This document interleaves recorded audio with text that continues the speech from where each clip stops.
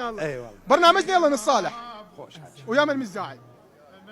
والله حقيقه انا ما ازعل ويا اي واحد. نريد الحقيقه. الحقيقه ما لان ما عندي قلب ازعل ويا واحد، بس عندي زعل ويا انسان.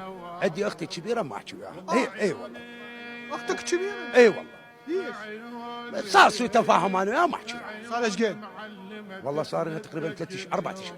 جاك اعياد والاخت تشر ظهرها باخوها. مو رحت لها اكثر من مره. هي اكبر مني وانا افتخر باختي، اكبر مني افتخر بيها. زين. ولكن ما جت لي الطريق شو اسوي لها؟ عندك رقمها؟ والله عندي رقم زوجها.